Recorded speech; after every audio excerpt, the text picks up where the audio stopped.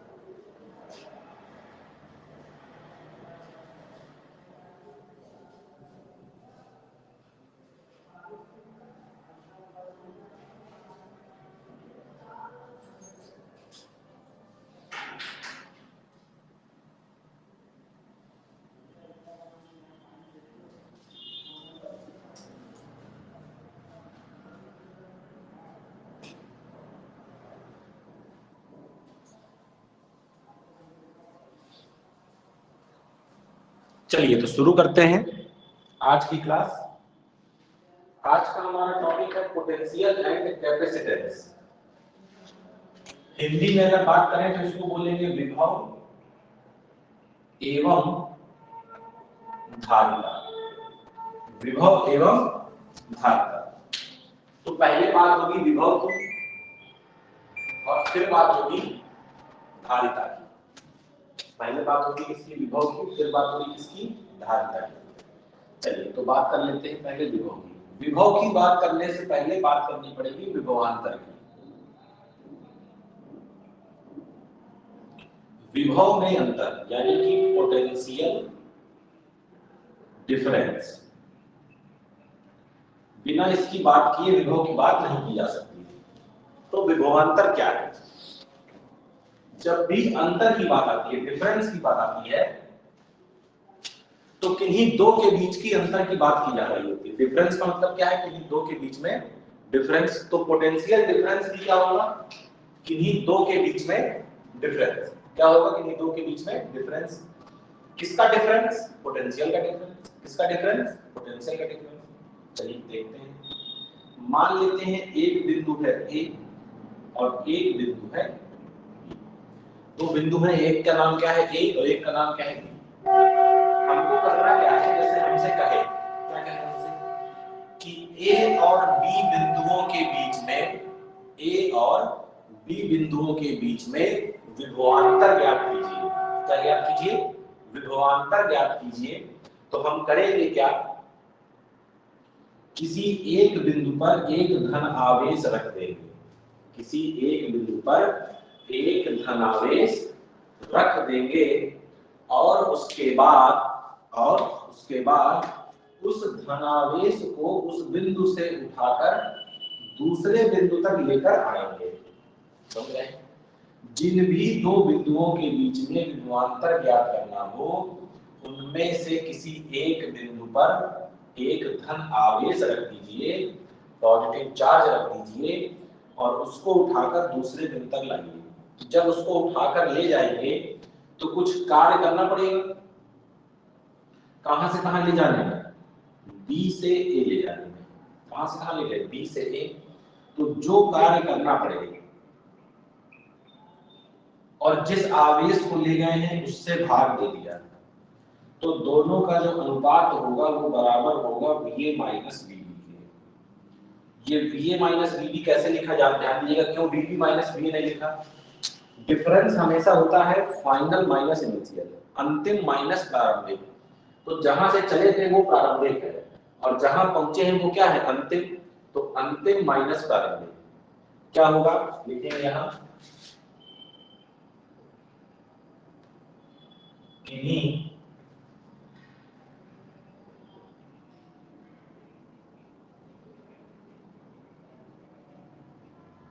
दो बिंदुओं के मध्य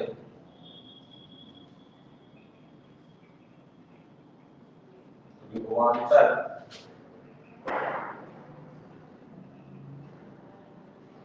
किसी एक बिंदु से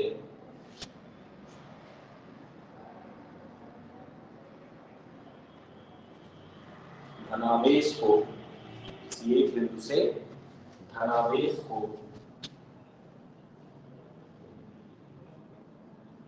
दूसरे बिंदु तक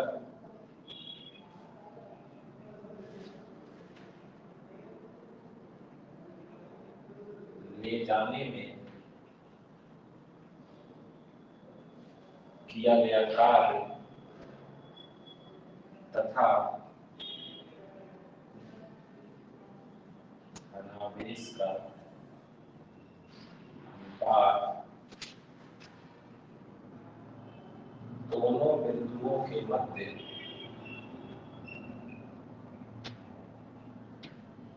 विभवांतर कहलाता है।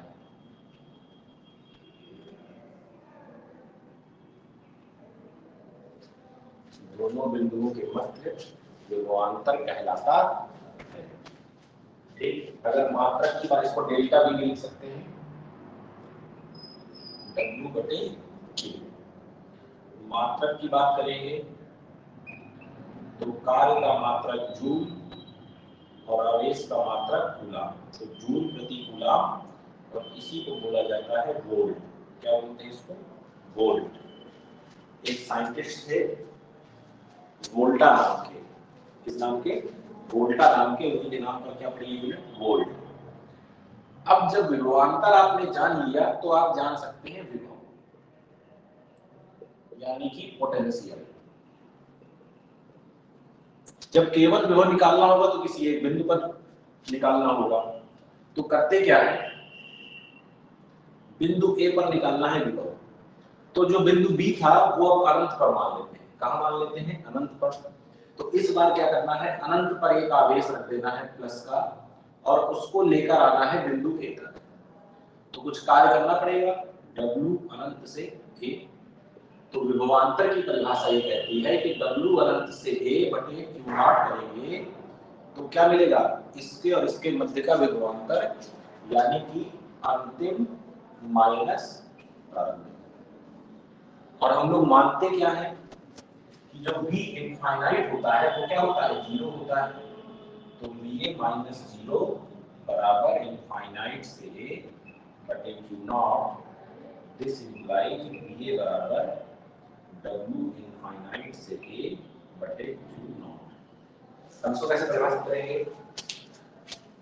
किसी बिंदु का विभव अनंत से धनावेश को उस बिंदु तक लाने में किया गया कार्य तथा उस धनावेश के अनुपात को उस बिंदु को क्या कहते हैं? विभव कहते हैं।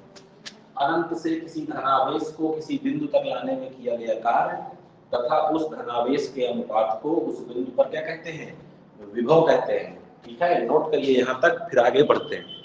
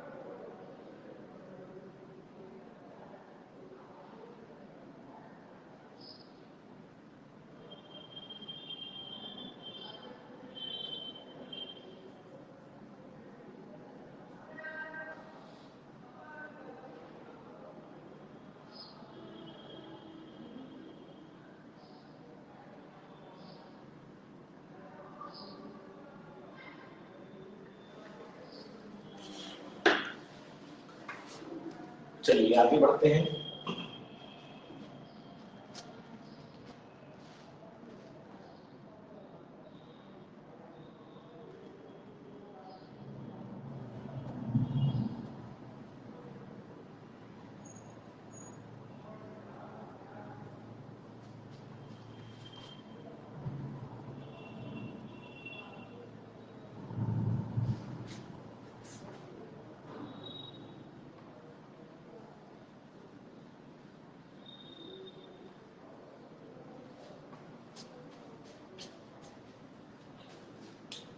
अब बात करते हैं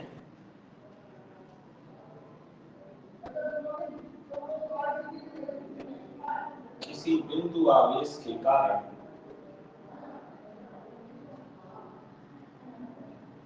r दूरी पर वैद्युत विभव। मतलब अगर कोई आवेश q है तो उससे r दूरी पर अगर कोई बिंदु p है तो वहां पर वैद्युत विभव कितना होगा, कि याद रखेंगे कि वहां पर वैद्युत विभव होगा kq बटे r। kq बटे r, और k आप जानते हैं क्या होता है,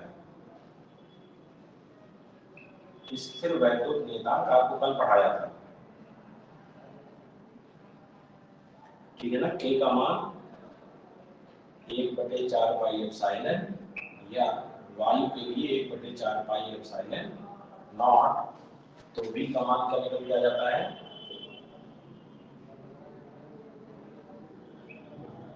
Q/R। क्या निकल जाता है, Q/R। तो ये क्या है, किसी बिंदु आवेश के कारण r दूरी पर वैद्युत विभव। फिर बात आती है कि विभव एक अदिश राशि है। कैसी राशि है, अदिश, यानी कि स्केलर। इसलिए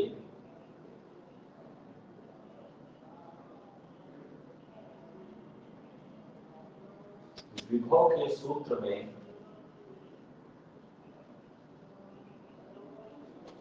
आवेश को चिन्ह सहित रखा जाता है। इसलिए विभव के सूत्र में आवेश को चिन्ह सहित रखा जाता है। ठीक,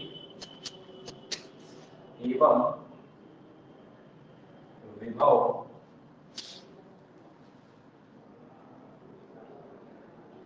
बीजगणितीय योग का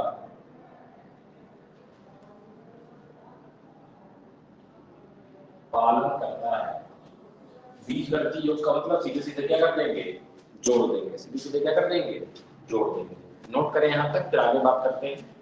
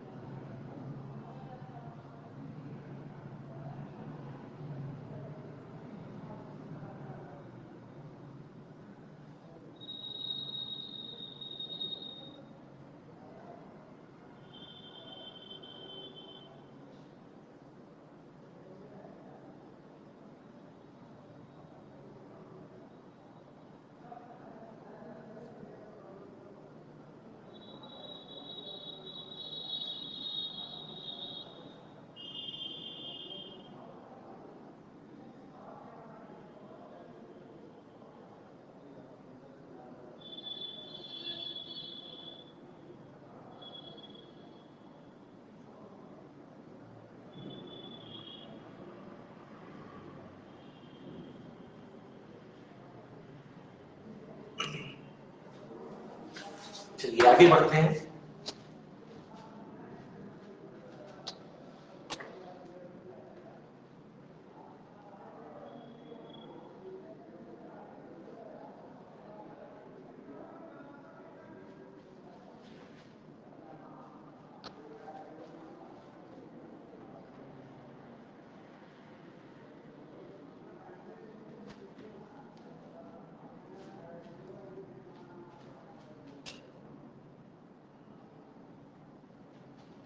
नेक्स्ट बात आती है किसकी जगह,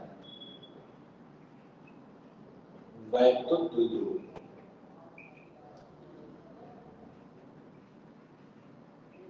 इलेक्ट्रिक डाइपोल। इलेक्ट्रिक डाइपोल क्या है कि जब दो समान परिमाण और विपरीत प्रकृति यानी कि एक प्लस और एक माइनस, लेकिन मान क्या हो, Q और Q ही हो, एक सूक्ष्म दूरी पर रखे हो, मान लेते हैं कितनी दूरी है वो 12, तो इस निकाय को क्या कहते हैं, द्विध्रुव कहते हैं। और इस निकाय का एक क्या होता है, द्विध्रुव आघूर्ण। क्या होता है, द्विध्रुव आघूर्ण, जिसको बोलते हैं डाइपोल मोमेंट। इसको क्या बोलते हैं, डाइपोल मोमेंट। और ये डाइपोल मोमेंट क्या होता है, P बराबर किसी एक आवेश का परिमाण गुणे उनके बीच की दूरी। ठीक है, यह एक सदिश राशि है। ऐसी राशि है, सदिश राशि है, तो इसके पास दिशा भी होगी। तो इसकी जो दिशा होती है वो होती है ऋण आवेश से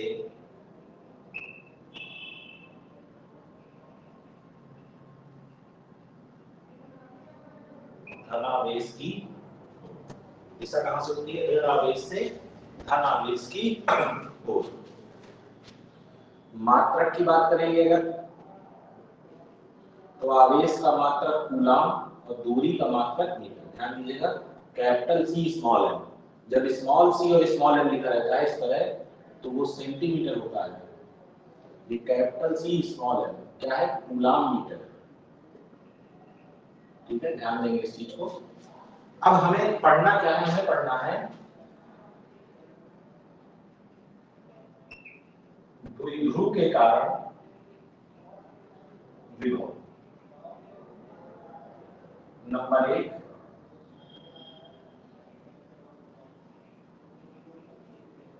द्विध्रुव की अक्ष पर, कहां पर, द्विध्रुव की अक्ष पर से एक द्विध्रुव बनाते हैं। तो मान लीजिए ये है प्लस क्यू और ये है माइनस क्यू, ये है इसकी अक्ष। इसकी अक्ष पर यहाँ पर कोई बिंदु है, मान लेते हैं P। ये द्विध्रुव का क्या है, केंद्र है O। तो ये दूरी भी L है और ये दूरी भी क्या है L, क्योंकि पूरी दूरी कितनी थी, 2L। और मान लेते हैं केंद्र से बिंदु तक की दूरी कितनी है, x है। केंद्र से बिंदु तक की दूरी कितनी है, x है। तो अगर P पर विभव निकालना है तो विभव को की कैसी राशि है, अदिश राशि है, तो सीधे सीधे जोड़ना है। तो प्लस q के कारण विभव और माइनस q के कारण विभव। तो Vp प्लस q के कारण विभव क्या होगा, k प्लस q, और आवेश से बिंदु तक की दूरी, तो x ये है और l ये है, तो x प्लस l, फिर प्लस k माइनस q, और यहां से यहां तक की दूरी में से x में l घटा देंगे तो क्या आ जाएगा, x माइनस l। तो Vp कितना हो जाएगा, kq x प्लस l, और यहां पर आ जाएगा minus kq x minus l। kq क्या लेंगे, कॉमन ले लेंगे, kq क्या लेंगे कॉमन, तो यहाँ बचेगा 1 बटे x प्लस l, और यहाँ बचेगा 1 बटे x माइनस l। फिर Vp kq लासा ले लो, मतलब एलसीएम, तो x प्लस l और x माइनस l, तो यहाँ x माइनस l और यहाँ माइनस का x प्लस l, हल कर लीजिएगा। तो kq x minus l minus x, और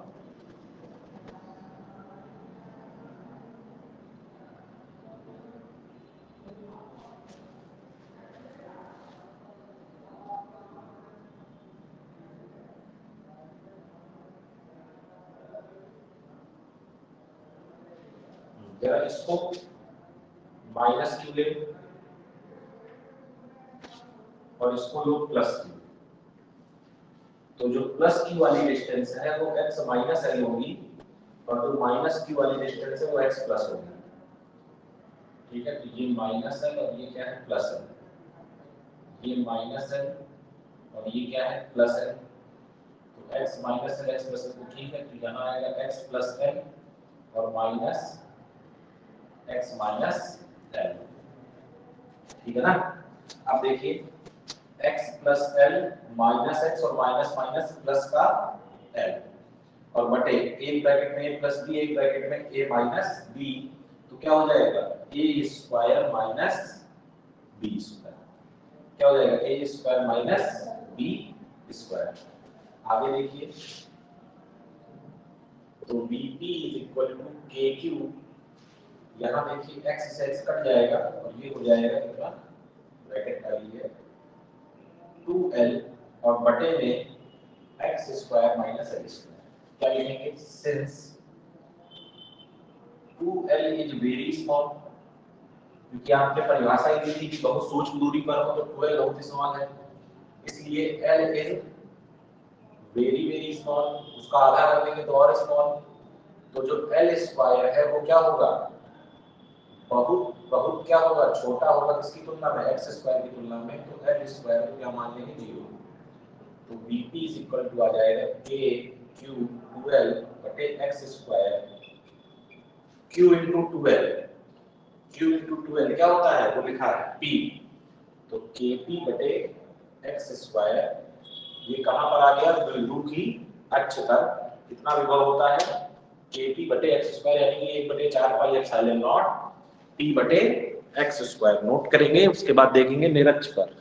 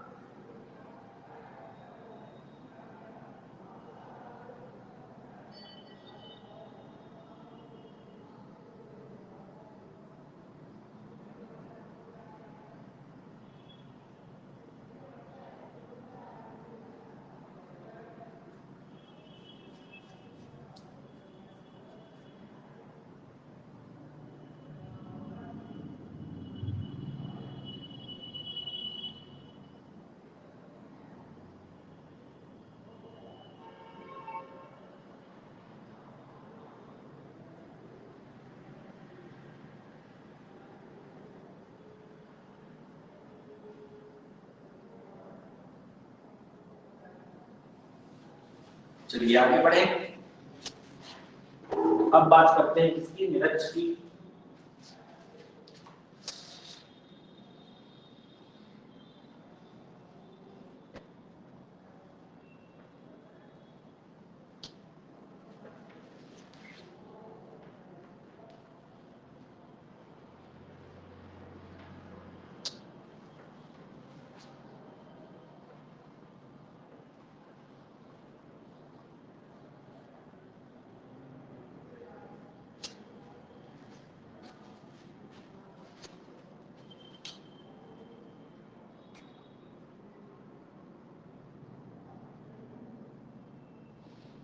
चलो नंबर दूसरा,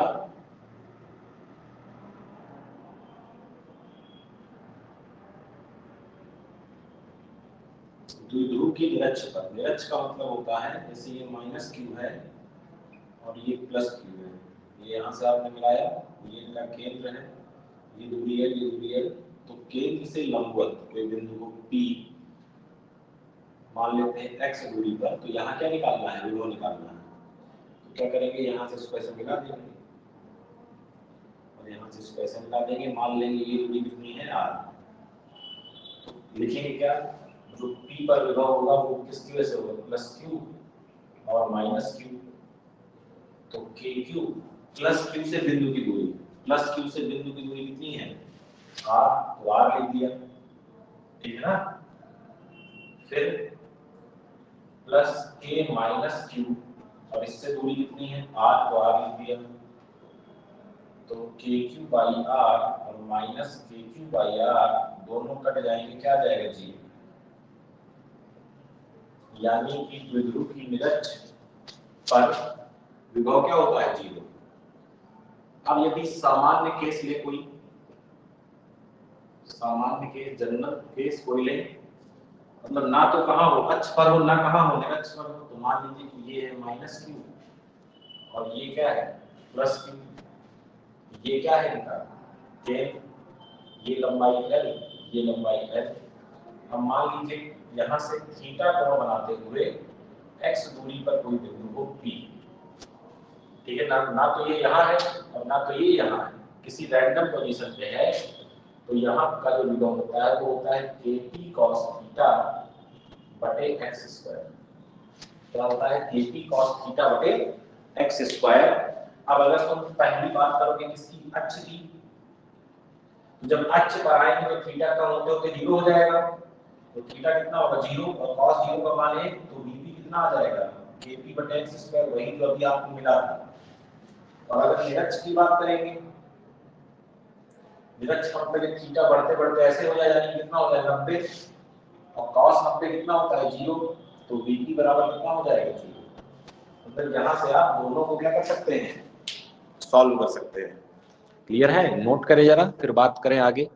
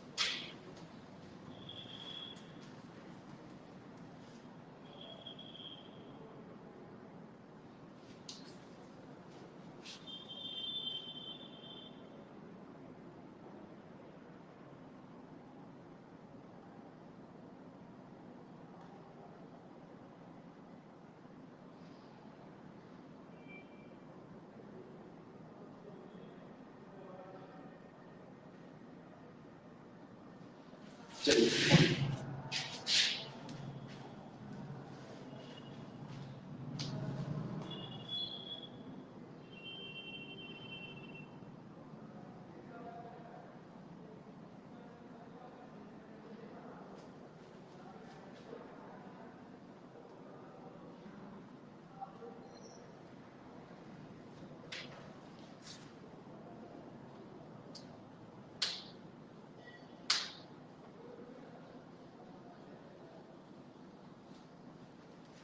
अब बात करते हैं वैद्युत स्थिति ऊर्जा की।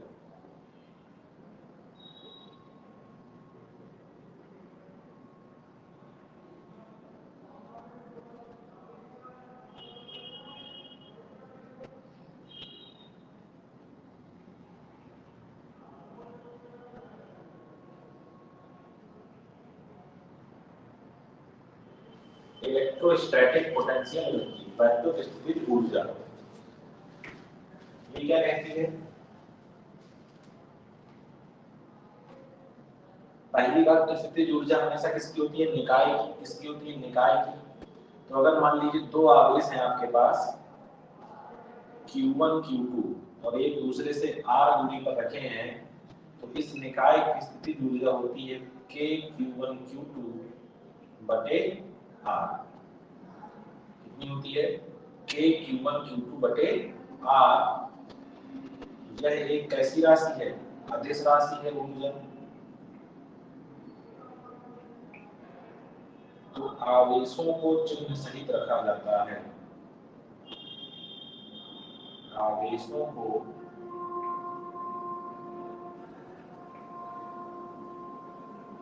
चिन्ह सहित रखा जाता है। आवेशों को कैसे रखते हैं? चिन्ह सहित। अगर मान लीजिए कोई त्रिभुज दिया हो, समबाहु त्रिभुज मान लीजिए, यहाँ कह दे Q1, यहाँ कह दे Q2, यहाँ कह दे Q3, L L L, और कहे त्रिभुज A B C क्या ज्ञात कीजिए, स्थितिज ऊर्जा ज्ञात कीजिए। तो दोनों का कॉम्बिनेशन बनाना है इस प्रकार की कोई छूटे ना। तो पहला A का B के साथ, फिर B का C के साथ और फिर C का A के साथ। तो UAB AB तो क्या हो जाएगा? K Q1 Q2 बटे L, फिर BC तो K Q2 Q3 बटे L, और फिर CA तो K Q3 Q1 बटे L। तो ये क्या हो जाएगा? UABC। इसी तरह अगर क्या दिया हो, वर्ग दिया हो कोई, जिसकी भुजाएं कितनी हो? L, A B C D, यहाँ पर Q1, यहाँ पर Q2, यहाँ पर Q3 और यहाँ पर Q4। इस तरह कॉम्बिनेशन बनाना है कि कोई भी छूटे नहीं। तो UABCD कितना हो जाएगा? दो दो बताइए, LA और B का, तो UAB, फिर B और C का तो UBC, फिर UCB, फिर UDA। क्या कोई ऐसा कॉम्बिनेशन नहीं छूट रहा है? बिल्कुल। इसका सामने वाले के साथ और इसका सामने वाले के साथ, तो UAC प्लस UDB। चलिए मान रखिए, तो K Q1 Q2 बटे L, K Q2 Q3 बटे L, K Q3 Q4 बटे L, K Q4 Q1 बटे L। फिर जरा इनमें आओ, तो ये लंबाई कितनी होगी? L under root 2। तो K Q1 Q3 बटे L रूट 2, और फिर K Q2 Q4 बटे L रूट 2। ठीक है ना? सब जगह से कॉमन ले लीजिए, क्या कॉमन हो जाएगा? K Q1 Q2 बटे L कॉमन है, 1 प्लस 1 प्लस 1 प्लस 1, 4 1 हो गया, plus 1 by root 2 plus 1 by root 2। तो एक मिनट, गड़बड़ हो गई। क्या गड़बड़ हो गई? ये Q1 Q2 है ना, ये सब कॉमन नहीं होंगे ना, सब अलग अलग है ना। अगर सब Q होते तो कॉमन हो जाते, ये कॉमन ऐसे नहीं होंगे। ठीक, तो इसको आप यहीं पर छोड़ सकते हैं। अब जैसे सवाल आएगा तो यहाँ पर मान दिया होगा 2 कूलम 3 कूलम 4 कूलम 5 कूलम, तो इस तरह करके चले जाएंगे तो हो जाएगा। क्लियर है? नोट कर ले यहाँ पर, फिर आगे बात करते हैं।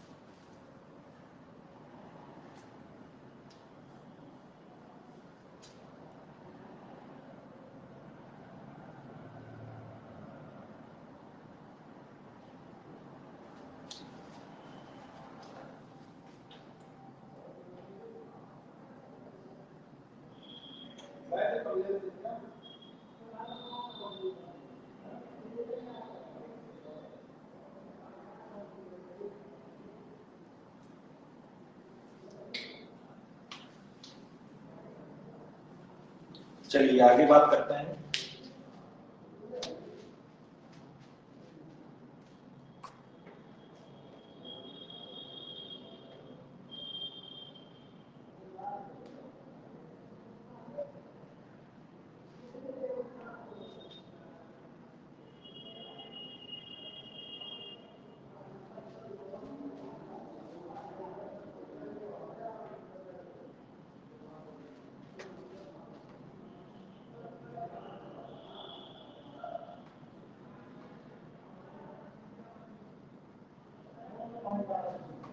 अब बात करते हैं इसकी संधारित्र की, यानी कि निर्धारिता की।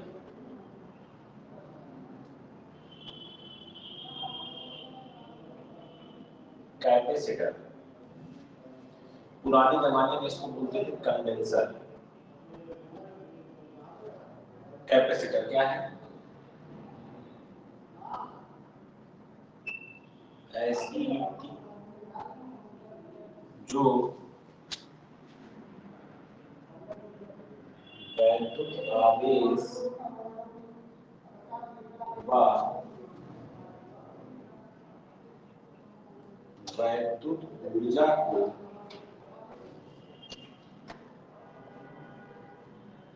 संचित करती है।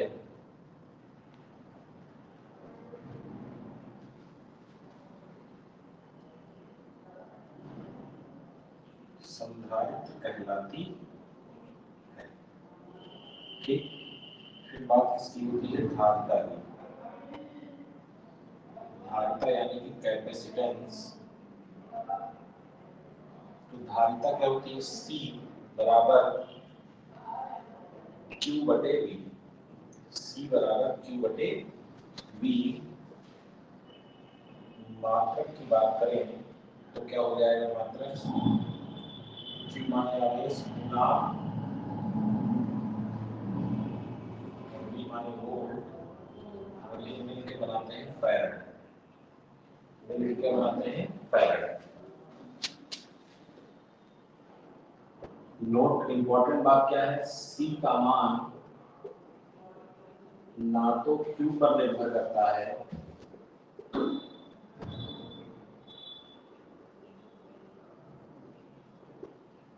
ना ही V पर। Q पर निर्भर नहीं करता, ना ही V पर। C का मान केवल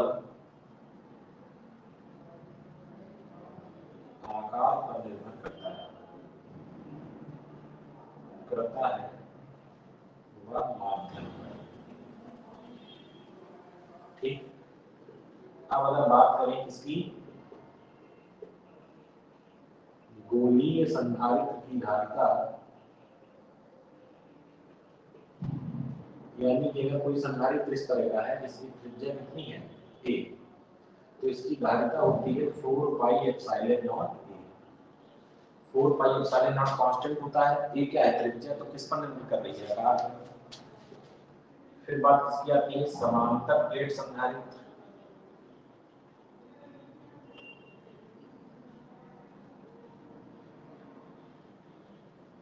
parallel plate capacitor. Parallel plate capacitor, तो दो इसमें प्लेटें होती हैं जिनका क्षेत्रफल कैसा होता है? एक समान। एक पर आवेश प्लस Q, तो एक पर आवेश माइनस Q, और दोनों के बीच की दूरी कितनी होती है? D। तो इसकी धारिता होती है epsilon not A by D। किस पर निर्भर कर रही है? A क्षेत्रफल और D बीच की दूरी, यानी कि आकार पर। और एप्सिलॉन नॉट क्या है? माध्यम। तो यहाँ पर निर्वात लिया तो एप्सिलॉन नॉट, अगर कुछ और लेते तो क्या जाता? आपका वो माध्यम आ जाता। ठीक है ना? फिर क्या है? अगर प्लेटों के मध्य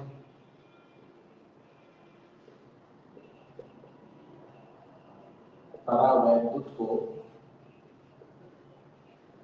पूर्ण रूप से भर दें, मतलब ये आपकी प्लेट है, यहाँ प्लस आवेश है और यहाँ माइनस आवेश है, इसके बीच में आपने क्या कर दिया? ये परावैद्युत, इसका परावैद्युत कितना है? K। तो जो धारिता है वो K गुना क्या हो जाती है? बढ़ जाती है, K epsilon not A by D। ठीक है? फिर यदि आंशिक रूप से भरा, यदि आंशिक रूप से भरा, मतलब ये प्लेट है और परावैद्युतांक केवल इतने भरा है, P इसकी चौड़ाई है, K इसका परावैद्युतांक है, कुल दूरी कितनी है? D, क्षेत्रफल है A, इधर प्लस Q और इधर माइनस Q, तो जो धारिता होती है वो होती है epsilon naught A by B minus T plus T बटे K. Epsilon naught A by B minus T plus T by K. ठीक है, नोट करिए जरा यहां तक।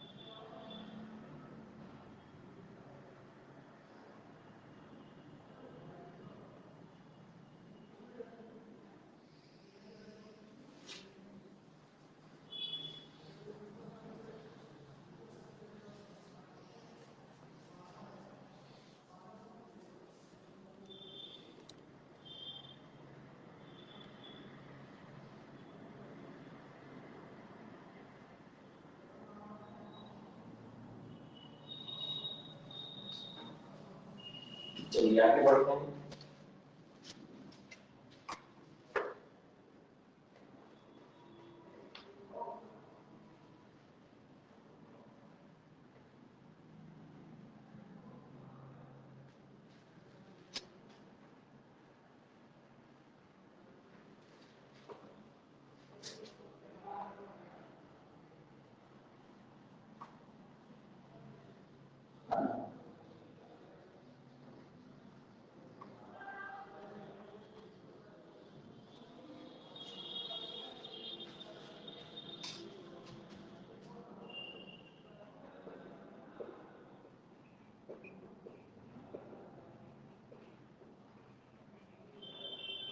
संधारित्र में संचित ऊर्जा,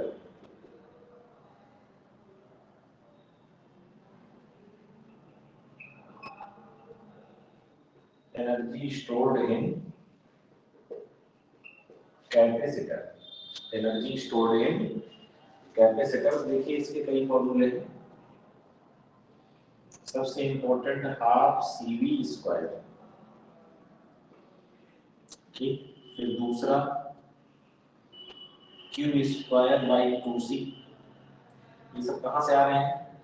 यहाँ से V का मान हटा के रख दीजिए, ठीक है ना। तो V का मान क्या हो जाएगा? C बराबर Q बाई V से कर लीजिए, V बराबर Q बाई C, तो Q square by C square, तो C स्क्वायर में से C कट जाएगा तो Q स्क्वायर बाई 2C। फिर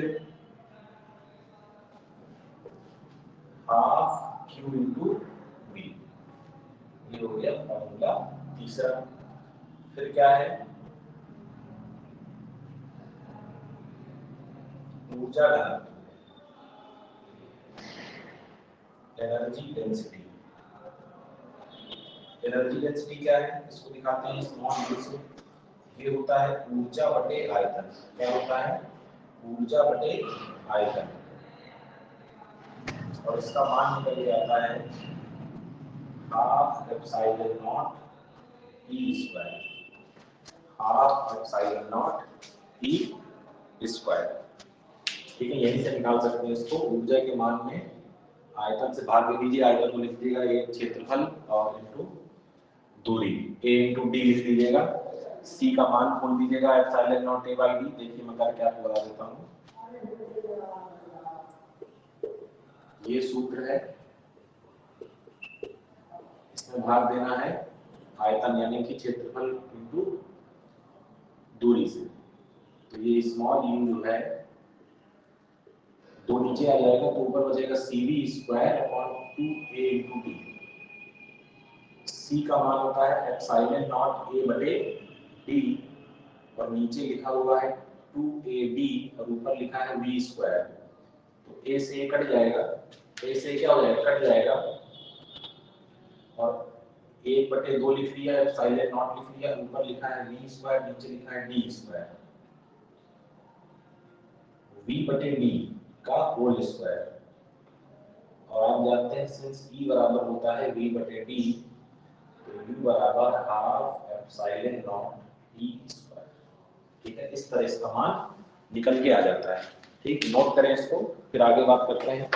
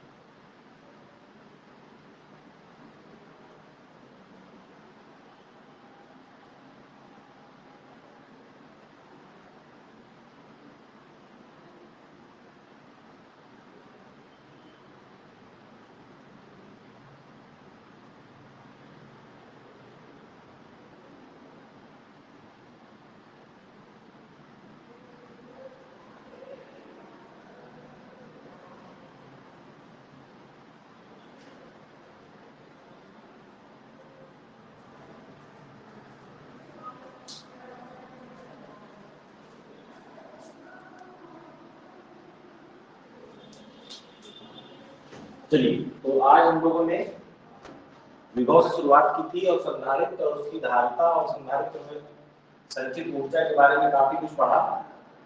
आज की क्लास यहीं समाप्त करते हैं, फिर कल देखेंगे नेक्स्ट क्लास में क्या पढ़ना है।